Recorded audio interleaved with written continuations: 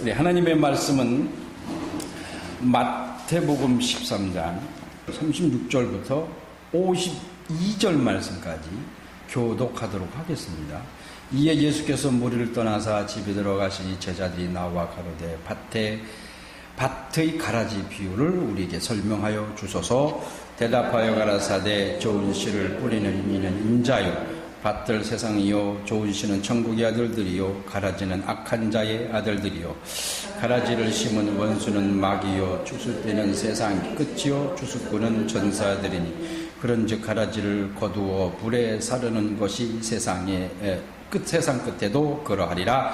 인자가 그 전사들을 보내리니 저희가 그 나라에서 모든 넘어지게 하는 것과 또 불법과 행하는 자들을 거두어 내어 풀무불에 던져 넣으리니 거기서 울며 이를 갈미 있으리라. 그때의 의인들은 자기 아버지 나라에서 해와 같이 빛나리라. 귀 있는 자는 들을지어다.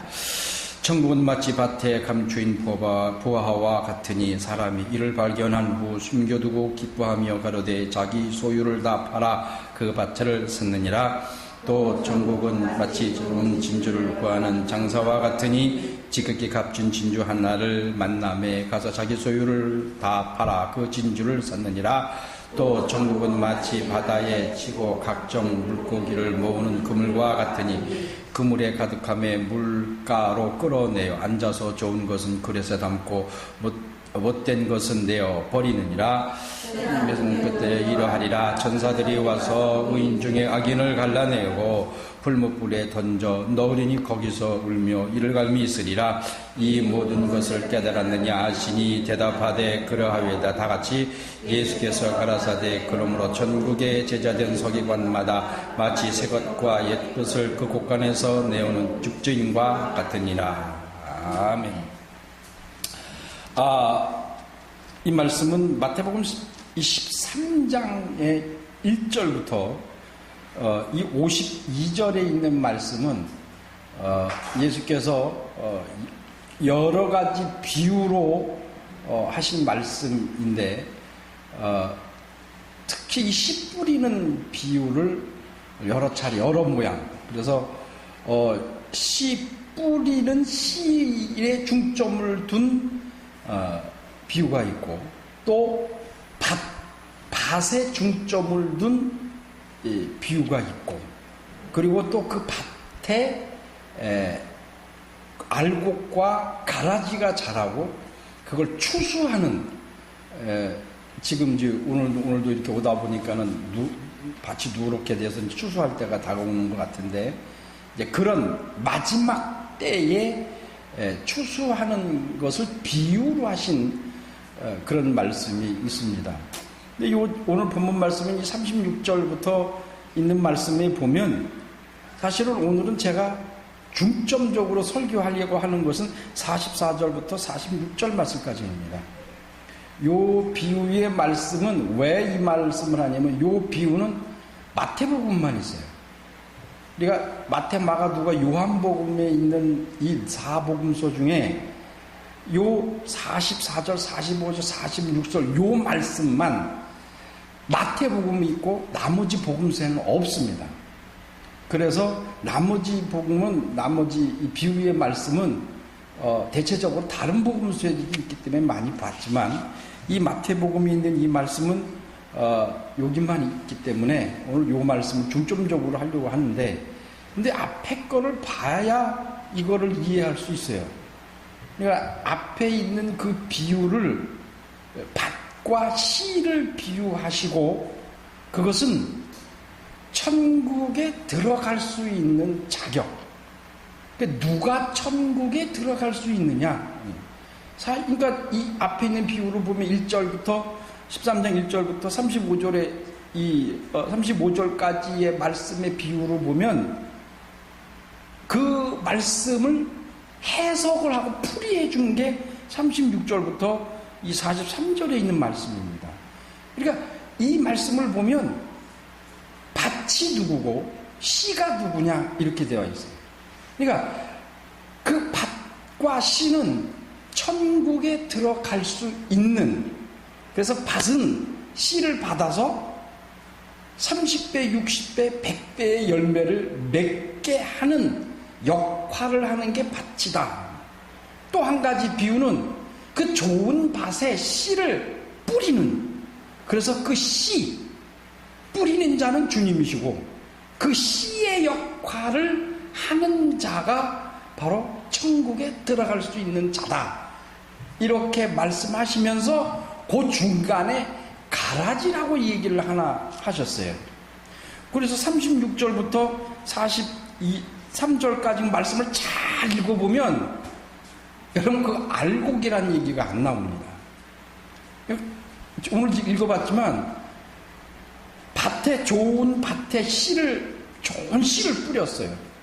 근데 그 말씀에 이상한 게 하나가 있는데 가라지는 나왔는데 알곡이라는 말은 없어요. 보실래요? 37절에 보면 가라사대 좋은 씨를 뿌리는 이는 인자요 또 밭은 세상이요 좋은 씨는 천국의 아들들이요 가라지는 악한 자의 아들들이요 가라지를 심은 거는 원수들 막이요 이렇게 또 추수꾼은 천사요 이렇게 설명을 했는데 가라지는 나오는데 알곡이 안 나와요. 그러니까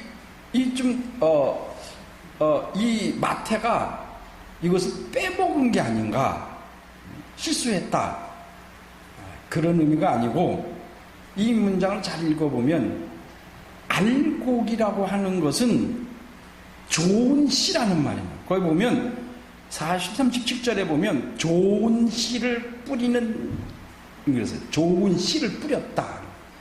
그러니까 그냥 일반 씨가 아니고 좋은 씨. 이따가 44절부터 46절에 보면, 특히 46절에 보면 진주는 진주인데 극히 값진 진주라고 했습니다.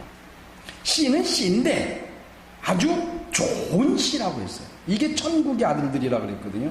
그러니까 좋은 씨라고 하는 것은 그 결과가 뻔하다라는 거예요. 확실하다라는 거예요. 우리 좋은 씨를 좋은 땅에 심으면 그 결과는 보나마나죠. 훌륭한 열매를 맺죠. 그래서 그 훌륭한 열매를 맺는 이 좋은 씨는 무엇을 가리키냐 하면은 23절에 보면 좋은 땅에 뿌리웠다는 것은 말씀을 듣고 깨닫는 자니 결신하여 혹 100배, 혹 60배, 혹 30배가 되느니라 하는 이 말씀을 하셨어요. 그러니까 좋은 씨라고 하는 것은 그 씨가 자라서 30배, 60배, 100배의 열매를 맺는 씨다라고 하는 것을 내포하고 있는 겁니다. 그래서 여기서는 굳이 알곡에 대한 얘기를 하는 것이 아니고 가라지에 대한 얘기를 하는 겁니다. 이 가라지가 자랐는데 이 가라지가 누구냐? 악한 자의 아들들이다. 좋은 씨에는 누구냐? 천국의 아들들이다. 대국법이에요. 이게 서로 이렇게 대치해서 비교법을 썼어요. 그러니까 이 얘기는 예수께서 하시는 그 속내가 뭐냐면 천국의 아들들과 또 악한 자의 아들들이 한 밭에서 자란다라는 거예요. 그리고 겉으로 보면 잘 몰라. 그래서 다른 성경 말씀에는 가라지를 뽑으리까 하니까 그냥 내비로 둬라. 가라지를 뽑다 알곡까지 뽑으려라. 그래서 추수할 때 한꺼번에 다 베서 그리고 농부가 그걸 가른다라고 그랬어요. 그 예가 어떤 거냐면 우리 이 본문 말씀에는 47절 바다의 비유, 그물의 비유를 하셨습니다. 그러니까 이렇게 예수께서는 오늘 이 본문 말씀을 통해서 보면 한 밭에 천국의 아들들 좋은 씨, 그리고 씨라고 얘기도 하지도 않았어요. 가라지는 누가 뿌린 거는 마귀가 씨인데 그 가라지 씨에 대해서는 얘기하지도 않았어. 그 심었다 그랬어요. 마귀가 그 가라지를 갖다가 심었다라고 했어요. 그러니까 좋은 씨인 천국의 아들들과 그리고 악한 자가 심어놓은 악한 자의 아들들과가 한 밭에서 자란다. 그런데 이것이 때가 되면, 추수 때가 되면, 그러면 이것을 다 분리할 것이다. 다 분리해서 이제 그 가라지들은 풀무새 던져서 거기서 울며 이를 갈미 있으리라 하고 했어요. 이를 갈미 있으리라. 이거 똑같은 말이 나오죠. 50절에. 50절에 보면 50절도 똑같아요. 풀무에 던져 넣으리니 거기서 울며 이를 갈미 있으리라. 그러니까 42절에 있는 풀무에 들어갈 것은 가라지요. 다시 말해서 원수가 악한 자가 심어 놓은 가라지요. 그걸 여기서 뭐라고 하나 악한 자의 아들들이다 라고 했어요. 그게 풀무에 들어간다. 그리고 50절에 있는 풀무에 던져 넣을 것은 뭐냐면 고기는 고기인데 필요하지 않는 고기. 예, 이 얘기를 하려면 또 길어요. 갈릴리 바다 얘기를 해야 되고 갈릴리 바다에서 잡히는 어종을 다 얘기를 해야 돼요. 근데 거기서 이 말씀에는 예수께서 비유로 말씀하신 거는 앉아서 그랬어요. 앉아서 그물에 잡힌 걸 다 분리한다 그랬어요. 이게 앉았다라는 말은 안 급하다라는 얘기예요. 그리고 자세하게 하겠다는 거예요. 그래서 일일이 다 골라내시겠다는 거예요. 곡식 알곡이 다칠까봐 가라지를 자르지 말라, 그냥 두어라 라고 하신 그 주인의 마음과 여기 어부의 마음이 같지요. 어부는 이 어부가 앉아 행여나 좋은 고기 속에 나쁜 고기, 먹지 못하는 나쁜 고기가 껴들어올까봐 또는 좋은 고기가 나쁜 고기의 그룹에 들어갈까봐 그거를 앉아서 천천히 꼼꼼히 자세하게 다 골라내시겠다는. 그리고 그 나쁜 어부가 필요하지 않는 그 고기는 어떻게 한다고요? 풀무에다가 던진다라고 했어요. 이거 왜 비유가 좀 이상하잖아요. 고기를 갖다가 왜 풀무에서 던진다? 그러니까 이거는 비유의 말씀이에요. 그래서 앞에 있는 그 가라지와 같은 이 비유가 다른 것뿐이지 그 결과는 같다라는. 그러니까 가라지와 어부가 잡은 어종 중에 어부가 필요하지 않는 어종, 그 물고기가 같다라는 같은 의미로 설명하신 거거든요. 그러니까 이 말씀은 천국에 들어갈 수 있는 자가 누구냐. 그 비유 말씀에서 좋은 씨가 천국에 들어갈 수 있는 자고, 또 그 좋은 씨를 받아서 30배, 60배, 100배의 열매를 맺는 밭, 좋은 밭. 이것이 또 그물을 던져서 끌어모았을 때에 그 그물 안에 있는 어종 중에 이 어부가 필요하고 어부가 원하는 그 어종이 물고기가 천국에 들어갈 수 있다라고 하는 그런 비유의 말씀이십니다. 근데 오늘 제가 보려고 하는 이 44절부터 46절의 말씀은 누가 천국에 들어갈 수 있느냐라는 설명이 아니고, 이 말씀은 천국이 어떤 곳이냐, 우리가 말하는 하나님의 나라가 과연 어떠한 곳이냐라고 하는 그런 비유의 말씀이십니다. 44 44절과 또 한문 44절 이 44절이 하나의 비유로 되어 있고, 그 다음에 45절과 46절이 하나의 비유로 되어 있습니다. 근데 이 두 개의 비유에는 공통점이 하나 있어요. 공통점이 있고 서로 또 다른 점이 하나 있어.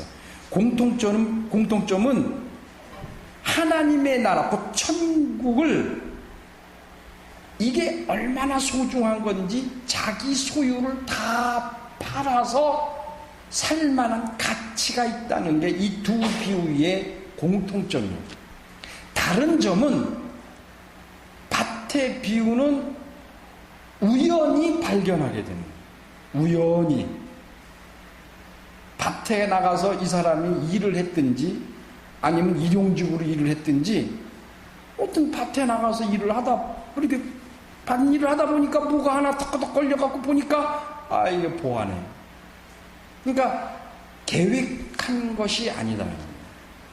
근데 그 다음에 진주에 대한 비유는 이것은 고의적인, 그러니까 이게 장사꾼이다라고 했어요. 그래서 일부러 찾아다녔다라고 했거든요. 그러니까 이건 직업이 있는 사람, 상인이니까, 상인이라는 말이 나와요. 직업이 있다. 그러니까 이 진주를 찾아다니는 직업을 가진 상인. 그러니까 막 찾아서 이곳저곳 이곳을 찾아다니면서 그 진주를 발견했다. 그러니까 하나는 공통점은 자기 소유를 팔 만한 가치가 있다. 보화를 발견하면, 또는 진주를 발견하면 그만큼 가치가 있다라고 하는 것을 얘기하는 거고, 다른 점은 한 사람은 우연히 발견했고 한 사람은 그걸 찾아다녔다. 우리가 이 집에 가 다시 한번 읽어보면 44부터 46절에 비슷한 유사 형태가 나와요. 이게 하나의 줄거리가 있어요. 두 비유가. 첫 번째로는 매우 귀중한 것에 대한 언급, 두 번째로는 그것을 발견해요. 둘 다.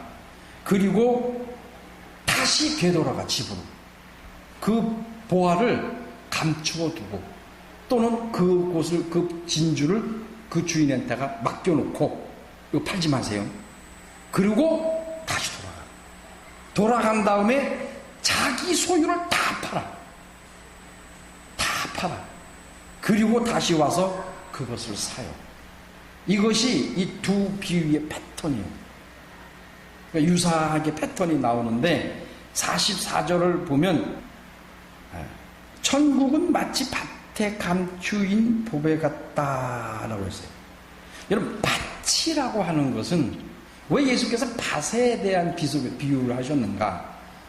밭은 이 당시에, 지금 우리도 마찬가지지만 이 당시에는 더더욱, 지금 우리는 공업적으로 또 상업적으로 많은 물건을, 우리가 먹을 거 있는 거를, 먹을 수 있는 걸 많이 만들어내잖아요. 근데 이 당시만 해도 밭에서 나고 바다에서 잡는 것 아니고는 거의 만들 수 있는 단계가 아니죠. 그러니까 거의 자연에서 취득해야, 하나님이 순수하게 주신 것 외에는 거의 사람이 먹고 살 수 있는 것이 없죠. 근데 이 당시에는 이 밭이라고 하는 것은 식물이 자라고 곡식이 자랄 수 있는 터전이죠. 그러니까 이 밭은 우리 육체가 살아나가는데 반드시 꼭 필요한 곳이 이 밭이에요. 그러니까 모든 사람들이 이 밭을 일구고 이 밭에 가서 일하고 그런다. 그러니까 여기서 밭이다라고 하는 것은 많은 사람들이 그 밭을 지나갔다는 거예요. 많은 사람들이 그 밭에 와서 일을 했고, 다 일을 했고, 근데 그 밭에 보화가 숨겨져 있다라고 했어요. 그 예수께서 이 비유를 하시면서 마치 밭에 감추인 보화와 같다. 뭐가? 천국이. 그러니까 여기서 보화라고 하는 것은 뭐예요? 금, 은, 동을 말하는 게 아니고 천국을 말하는 거예요. 그 천국인데 그걸 알기 쉽게 설명하여서 비유로 보화라고 설명을 하신 거예요. 근데 그게 어디 숨겨져 있더라? 밭에 숨겨져 있더라. 근데 어떤 사람이 이것을 발견했어요. 어떤 사람이 이것을 우연히 발견해서, 이 사람은 밭에 가서 보화가 있으니까 보화를 찾으러 간 사람이 아니에요. 뭘 하러 간 사람이? 밭에 가서 일을 하러 가는 사람. 밭에 가서 일을 해서 먹고 살려고, 일을 하려고 자기 일을 한 거예요. 그냥 이게 하고 있는데 우연히 그 밭에서 아주 귀하고 소중한 보화를 발견했다. 누가? 어떤 사람이. 이거 보면은 그냥 사람이 그랬어요. 누구를 지명한 것도 아니고 직업을 얘기한 것도 아니고 뭐 바리새인이다, 뭐 히브리인이다, 뭐 사마리아 사람이다, 뭐 이렇게 지명을 이렇게 딱 이게 지적을 한 게 아니라 그냥 사람이. 이 말은 누구예요? 누구든지 발견할 수 있다는 거예요. 누구든지 그 밭에 가서 일하면 그걸 누구든지 발견할 수 있다라는 거예요. 근데 그 사람이 이를 발견했고, 그리고 다음에 뭘 했냐면 숨겨놨어. 감췄어. 왜? 이 밭을 하다가 툭 걸렸어. 황금이 나왔어요. 그러니까 이 사람이 그걸 얼른 도로 숨겨버려. 막 숨겨. 땅에다 다시 묻어. 나도 그랬을 것 같아요. 나도.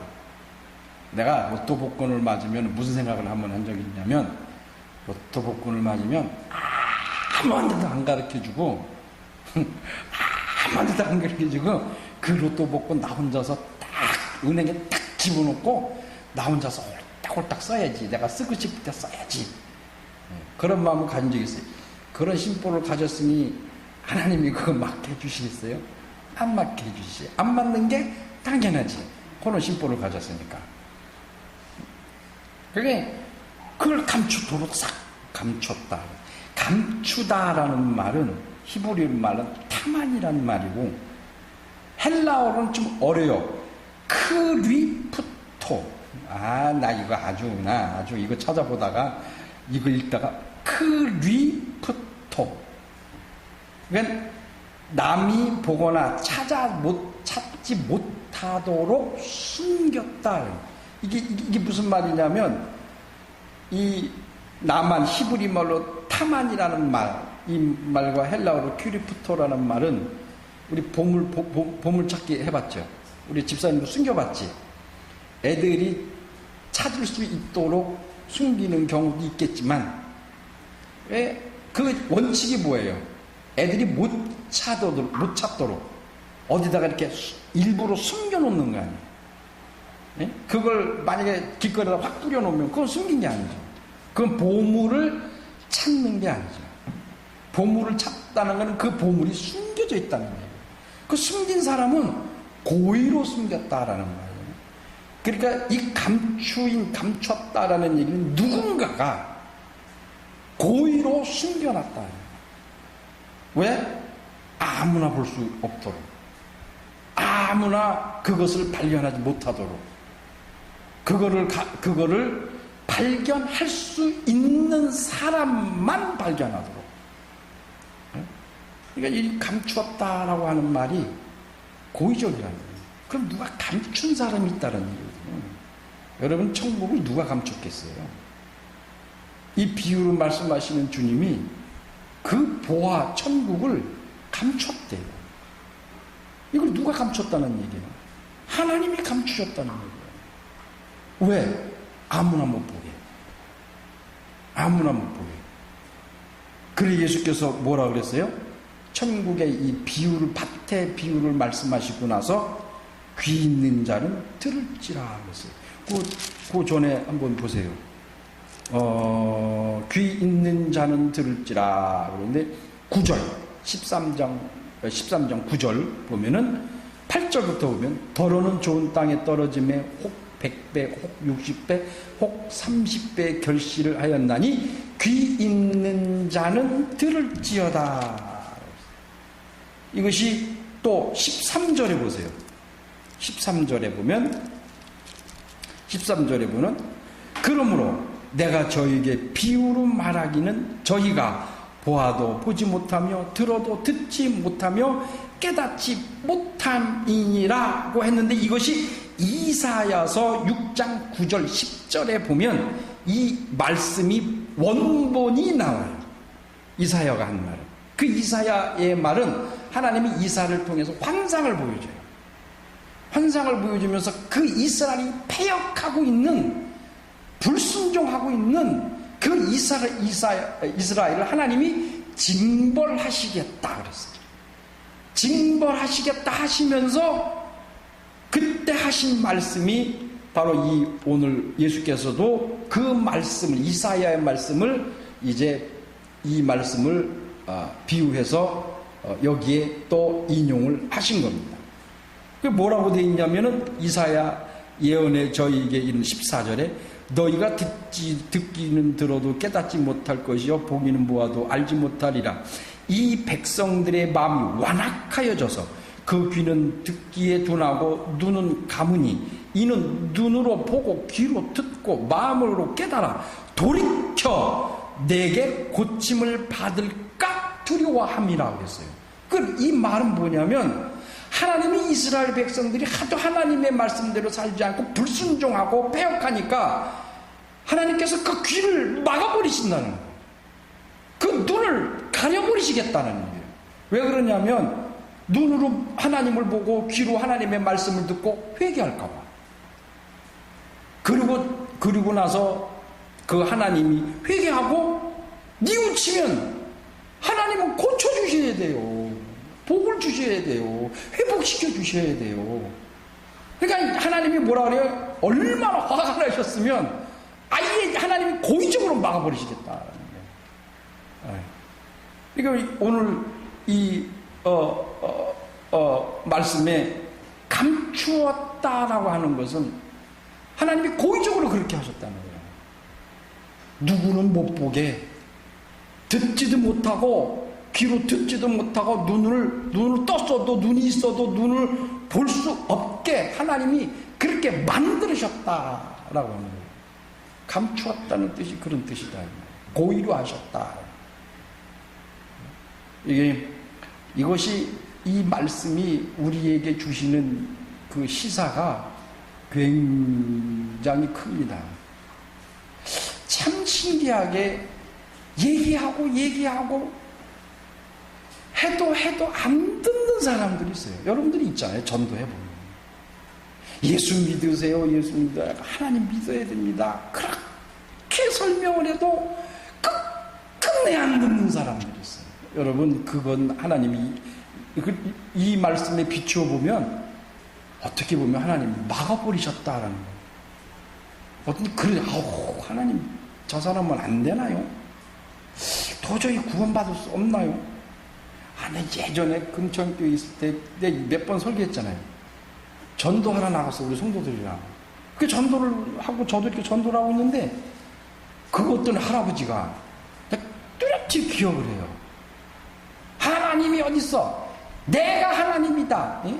하나님 믿으면 나 믿으라 이러더라고. 그 소리 딱 듣는데 하나님 저 영혼이 어떻게 살지요?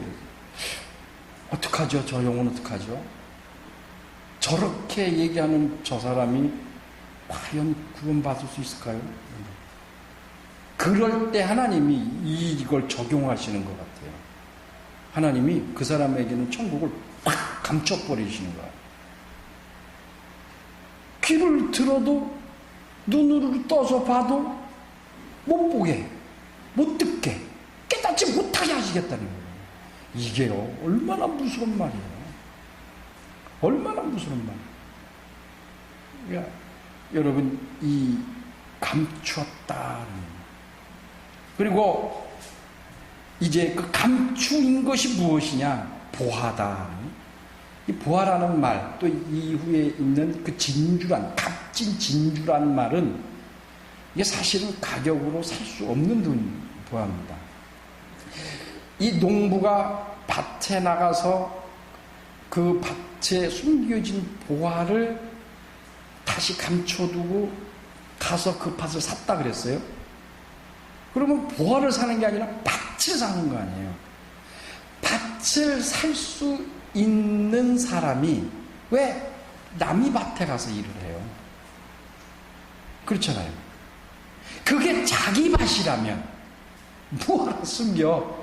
이거 내 밭이, 이거 내 거니까. 그 당시에는 지금은 어떨는지 모르겠는데 그 2000년 그 당시에는 그 밭을 사면 밭에 있는 모든 그 땅 속에 있는 모든 것은 그 사람 소유권이 된대요. 지금은 안 그렇습니다. 우리가 밭을 샀는데 거기에 옛날에 묻혀놓은 금이 있다 또는 석유가 났다, 안 그렇습니다. 그건 나라 겁니다.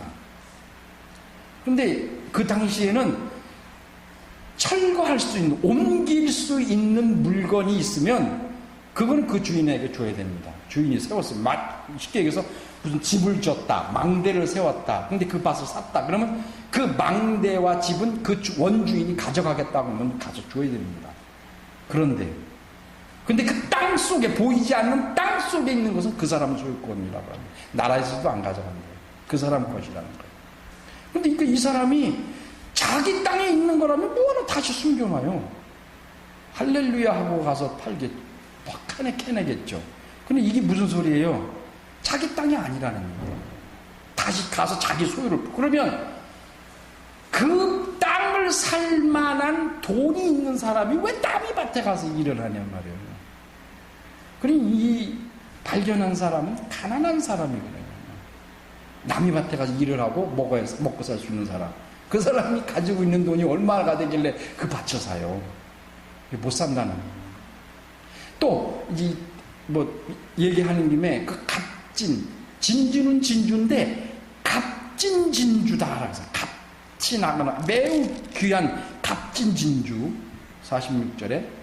그때 값진 진주는 얼마나 그 당시 귀했는지 황제나 황제 부인들이 가지고 소유할 수 있는 그 값진 진주예요. 지금으로 환산을 하면 약 수천, 천만 달러 이상이 됐지, 100억 이상 간다는 거예요. 지금하고 화폐 가치하고 따지면. 지금은 진주를 키우잖아요. 근데 그 진주 중에서도 그냥 진주가 있고, 좋은 진주가 있고, 값진 진주가 있대요. 근데 여기서 예수께서 비유하신 것은 값진 진주의 최고의 상품이에요. 이 사람이, 이 장사꾼이 얼마나 돈을 가지고 있었는지 모르겠지만 돌아가서 자기 소유를 이걸 산다는 것은 조금 과장된 일입니다. 그러니까 밭의 비유도 그렇고 값진 진주도 그렇고 이 사람이 돌아가서 그것을 밭을 살 수 있다. 사실은 이거를 잘 보면 사실은 살 수 없습니다. 이 과장법입니다. 살 수 없다는 거. 근데 산대요. 살 수 없는 환경인데 산다는 거예요. 이게 무슨 말이에요, 이게? 값으로는 못 산다는 거예요. 값을 주고는 진주도 보아. 다시 말씀드리면 천국은 값으로 사는 게 아니라는 거예요. 발견하려고 노력하는, 진주를 찾으려고 하는 그 노력, 그리고 진주를 알아보는 눈, 보화를 알아보는 눈, 그 눈이 있어야, 그래야 그걸 알아보는 그 마음이 있어야 살 수 있다는 거예요. 값으로는 못 산다는 거예요. 예수께서 말씀하시는 게 그 말씀이에요. 만약에 이것을 이 당시의 사람들이 들었다면은 지금 이 얘기를 듣고 있는 그 앞에 사람들은 누구예요? 전부 다 가난한 자, 죄인, 고아, 과부, 예수님의 제자들, 이런 사람들이 앉아있어요. 진짜 돈 많은 사람들은 그 자리에 안 와 있어요. 그 사람들한테 이 비유를 하면, 그러면 우리는 어떻게, 나는 어떻게? 보화를, 그 밭을 살 만한 돈이 없는데, 그 값진 비유를 살 수 있는 돈이 내게는 없는데 어떻게 하냐는 거예요. 이 말씀은 무슨 말씀이에요? 돈으로, 값으로 천국을 살 수 있는 게 아니다라는 거예요. 뭘로 살 수 있다는 얘기예요? 믿음으로 살 수 있다. 그걸 발견해내는 믿음. 천국을 발견할 수 있는 눈. 그 천국에 대한 이야기를 들을 때에, 복음을 들고 말씀을 들을 때에 깨달을 수 있는 귀, 그 마음으로 시인할 수 있는 그 믿음이 있어야 이 천국을 소유할 수 있다라고 하는 것. 시간이 많이 갔으니까 한 가지만 하고, 여기에 보면 기뻐하다 그랬어요. 그걸 발견하고 기뻐하고, 진주를 발견하고 기뻐했다 그랬어요. 44절에 발견한 후 숨겨두고 기뻐하며 라고 얘기했어요. 그러니까 기뻐하다라고 했거든요. 이 말은 무슨 말이냐면 헬라어로 아갈리아오라는 말. 아갈리아오. 기뻐하다, 즐거워하다. 이거는 아간이라고 하는 매우라는 뜻을 가진 아간과 할로마이, 뛰다. 그러니까 매우 뛰다, 이거의 합성어가 아갈리아오예요. 이거를 어떻게 해석하냐면 뛰다 하니까 너무 좋아서 펄쩍 뛰었다는 거예요. 보화를 발견해, 귀중한 보화를 발견해. 그게 너무 좋으니까 막 펄쩍 뛰었다. 펄쩍.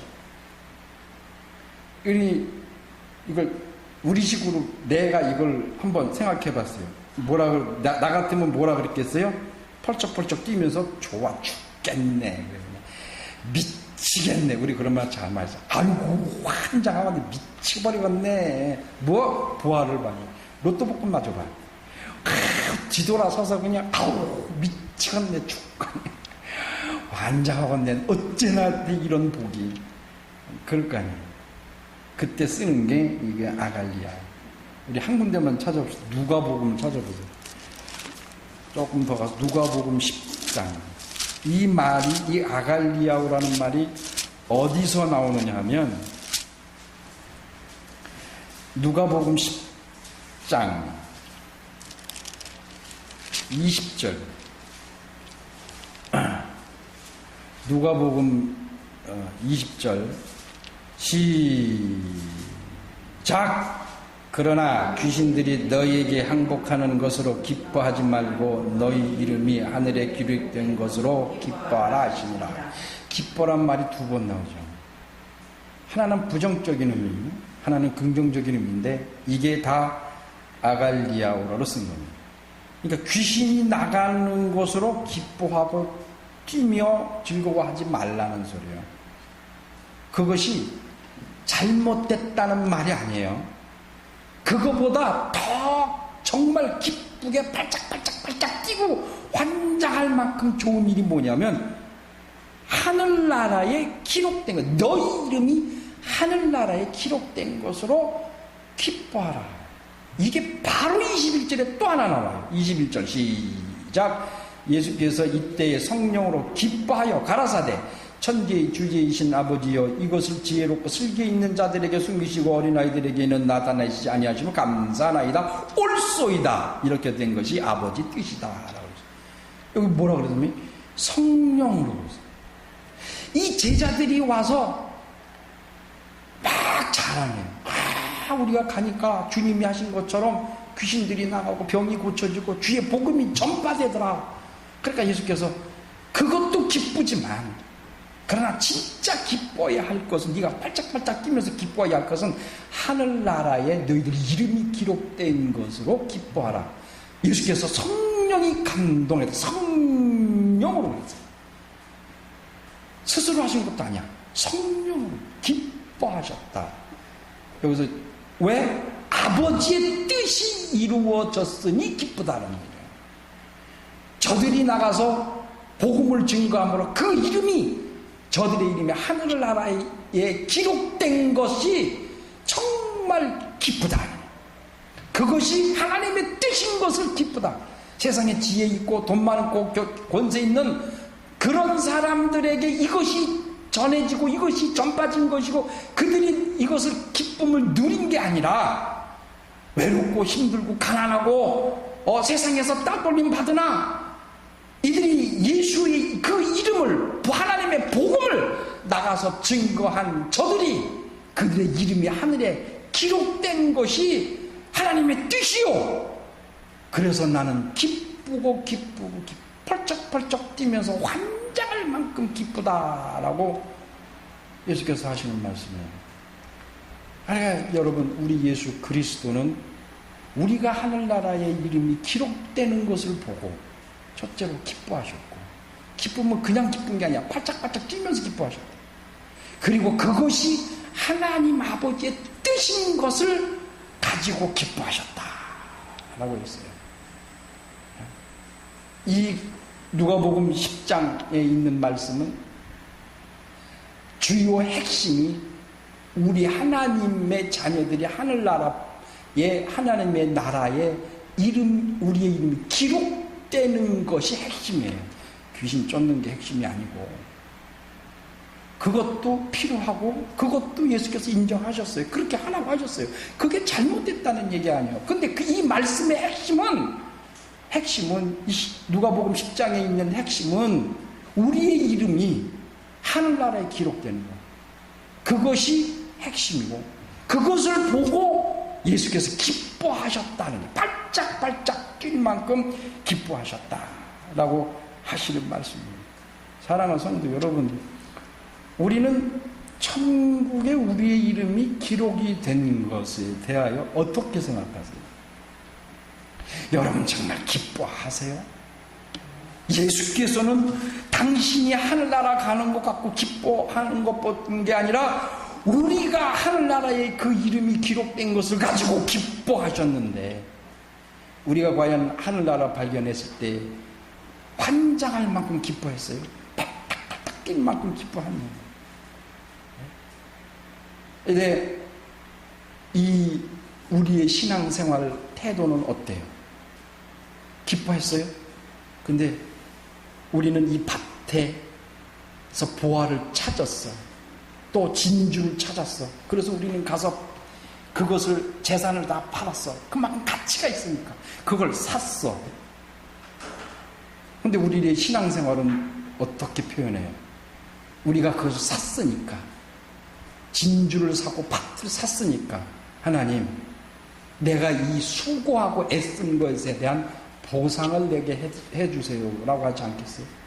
그렇게 우리 신앙생활 안 해? 밭을 산 거는 그 안에 보아, 곧 천국을 보고 산 거 아니에요. 근데 그 산 거는 우리가 당연히 해야 할 일이에요.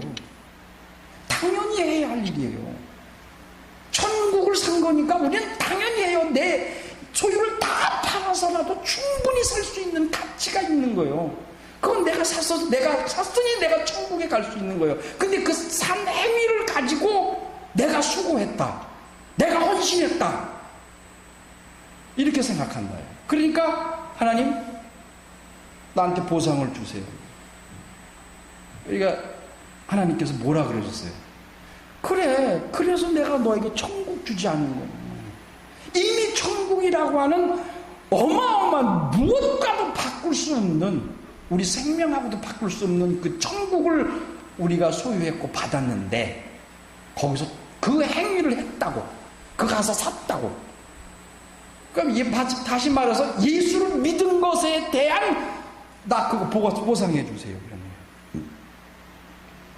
내가 예수님을 믿었어요. 그가 나의 구세주인 것을 믿었어요. 그러면 그 믿은 것에 대한 것을 보상을 해주세요. 뭘 보상을 해주냐고. 이미 그 보상을 받았잖아요. 예수를 받았고 그 이름을 받았고, 그러므로 하늘나라에 내 이름이 기록이 됐잖아요. 천국을 소유할 수 있는 복을 받았잖아요. 근데 우리는 또 복을 달라고 해요. 또 복을 달라고. 어떤 신학자 짐 캐리라고 하는 사람이 이런 말을 했대요. 구원을 받기 위하여 헌신하느냐, 아니면 구원을 받아서 헌신하느냐. 이 말이에요. 여기서 헌신, 그 사람이 헌신한 건 돈을 얘기하는 건 아닙니다. 우리의 신앙, 삶을 얘기한 거죠. 여러분, 뭐인 것 같아요? 우리가 구원받기 위하여 헌신했으면 이건 행위입니다. 행위 구원입니다. 율법에 대한 구원이에요. 근데 구원을 받았으니 헌신하는, 뭐 때문에? 감사해서 내 일생을 하나님 앞에 드리는 거예요. 이 비유의 말씀은 제자들에 대한 얘기입니다. 부활을 보고 진주를 보고 찾아낸 이 사람, 이 누구냐 이 말이에요. 이게 제자예요. 그래서 52절에 이렇게 예수께서 가라사대 그러므로 천국의 제자된 서기관마다 마치 새 것과 옛 것을 그곳에서 내어오는 집주인과 같으니라 그랬어요. 이 비유를 다 말씀을 하시고 51절에 이 모든 것을 깨닫느냐라고 했어요. 이거를 말씀하시면서 내가 전 무엇을 얘기하려고 하는지 너희들이 이거 알겠느냐 하니까 예, 알겠습니다. 그렇다면 목적을 얘기하시는 거예요. 천국의 제자된, 이 말은 아까 비유의 말씀에 좋은 씨 뿌리는 비유에 천국의 아들들 같은 뜻입니다. 그러니까 천국의 제자들, 천국의 이 제자들이 된 서기관. 서기관이라는 책문은 무슨 뜻이냐면 말씀을 가르치는 자예요. 회당에서 말씀을 가르치는 자. 그러니까 이 가르치는 자가 어디의 제자라 그래요? 천국의 제자. 그러니까 천국에 들어갈 수 있는 그 소유권을 가진.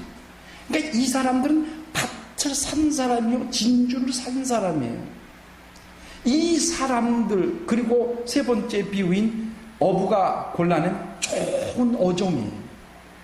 이 사람들은 천국의 이름에 등록이 됐다. 누가복음 10장의 말씀처럼 이 사람들이 바로 천국의 제자들이에요. 그런데 이 사람들이 뭘 하느냐? 서기관 역할을 하라는 거예요. 말씀을 가르치는. 그 서기관이 그것은 마치 새 것과 옛 것, 새 것, 복음이 옛 것, 구약이에요. 율법이다. 구약과 신약, 이 당시 사람들은 이미 구약은 알고 있어요. 근데 앞으로 전개될, 앞으로 이루어질 새 것, 그 신약이에요. 복음이에요. 이 새 것과 이것을 곡간에서 내어오는, 가지고 나온다 이 말이에요. 곡간에 가서. 그러니까 이게 비유로 말하는 거죠. 창고, 곡식을 놓아둔 것. 그 사람들이 먹고 살아야 할 곡간이에요. 그 곡간이 불나면 큰일 나죠. 다 굶어 죽죠. 그러니까 그 곡간에 가서 뭘 갖고 나온대요? 곡식을 가지고 나오는 거예요. 식량을 가지고 나오는 거예요. 그것이 뭐라 그러는 거예요? 새 것과 옛 것, 율법과 복음이에요. 이것을 가지고 내오는 집주인과 같다라고 그랬어요. 그 곡간의 주인이 누구라는 얘기예요? 집주인이에요. 율법과 복음, 옛것과 새것의 주인이 누구예요? 예수 그리스도세요. 하나님이세요. 그러니까 서기관이 마치 집주인과 같다라는 얘기예요. 맡겼다 이거예요. 사명을 줬다 이거예요. 하늘나라 천국의 아들들에게 이 구약 말씀과 새 언약인 이 복음의 말씀, 곧 하나님의 말씀을, 신구약을 통틀어 하나님의 이 말씀을 가르칠 사명을 예수께서 주셨다 이 말이에요. 그래서 내가 하늘로 올라가면 성령을 너에게 부으리니 성령이 너에게 임하시 땅 끝까지 이르러 내 증인되라. 내가 해야 할, 내가 증거한 율법과 이 복음을 가르치라. 이게 제자들이 해야 할 일입니다. 여러분과 내가 해야 할 일입니다. 이 천국의 비유를 통해서 천국의 이름이 등록된 우리 영혼이 항상 기뻐하고 거기서 끝나는 게 아니라 이것을 우리 후대 사람들에게 전해주고 가르치는 우리 선배들처럼 이렇게 복음을 증거하는 또 기뻐하는 여러분 되시기를 예수 이름으로 축원합니다.